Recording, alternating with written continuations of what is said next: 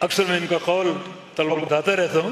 اور وہ قول ان کی سمجھداری کی دلیل فرماتے ہیں کہ من طلب الحدیث فقد طلب اعلی الامور فعلیہ یکون خیر الناس، جو حدیث کا طالب ہے وہ سب سے اعلیٰ شے کا طالب ہے، سب سے اعلیٰ، تو پھر اس پر فرض ہے کہ وہ سب سے اعلیٰ بن جائے، عقیدے میں، عمل میں، اخلاق میں، تصرفات میں، اٹھنا بیٹھنا، کھانا پینا، چلنا پھرنا، سونا جاگنا، ہر چیز میں پیغمبر علیہ السلام کی سنت کی خوشبو ہے، ہر چیز۔ امام شافعی رحمہ اللہ کا قول ہے اذا رأیت احدا من اہل الحدیث فکأنی رأیت رسول اللہ صلی اللہ علیہ وسلم، جب میں کسی اہل حدیث کو دیکھتا ہوں تو گویا میں نے